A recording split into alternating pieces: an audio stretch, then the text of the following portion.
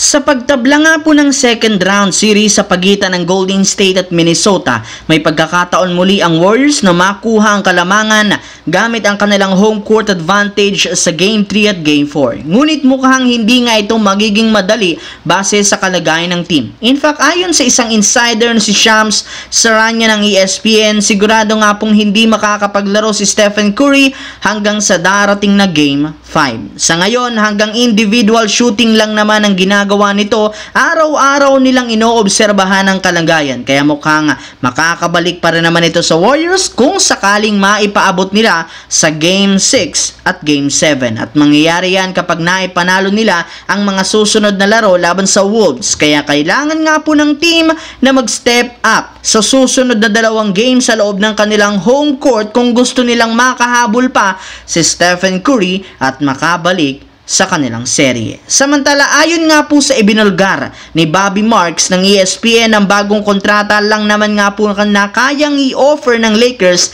kay Austin Reeves ay 4-year, $89.2 million, pero kung sakaling hindi niya ito kunin at maging isang ganap na free agent sa 2026, kakailanganin nga po ng Lakers na bigyan siya ng bagong kontrata na aabuti ng $42.5 million.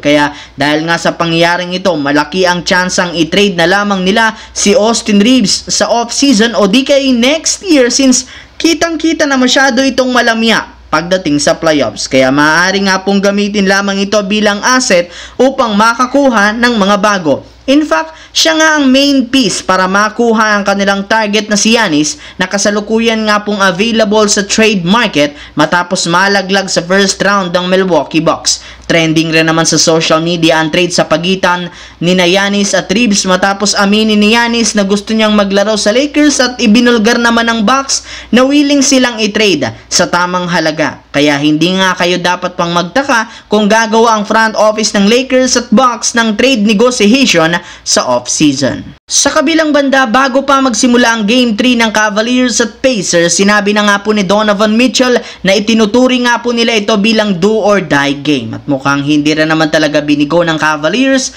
ang kanilang mga fans matapos nilang tambakan ng Pacers 126-104 na pinangunahan mismo ni Donovan Mitchell na merong 43 points, Evan Mobley 18 points, 13 rebounds, Jarrett Allen 19 points, 12 rebounds. Hindi nga kagaya sa nagdaang laban, kahit man sinubukan ng Indiana na makapag-comeback sa fourth quarter, hindi rin naman pinayagan na mangyari muli ng Cavaliers gamit ang kanilang depensa, kung saan shinut down nila dito si Tyrese Haliburton na meron lamang 4 points, 5 assists sa Game 3. For the first time, pinakita ng Cavaliers ang tunay na lakas ng team matapos makompleto ang kanilang lineup sa pagbabalik ni Evan Mobley, Darius Garland at si DeAndre Hunter. Kaya sa pagkapanalo ng Cavaliers, na ibaba nila sa 1-2 ang serye, kung saan may pagkakataon silang maitabla sa 2-2 ang Game 4. In fact, base sa balita, nananatili pa ring liyamado at mataas ang tsansa ng Cavaliers na manalo sa serye kontra sa Indiana Pacers.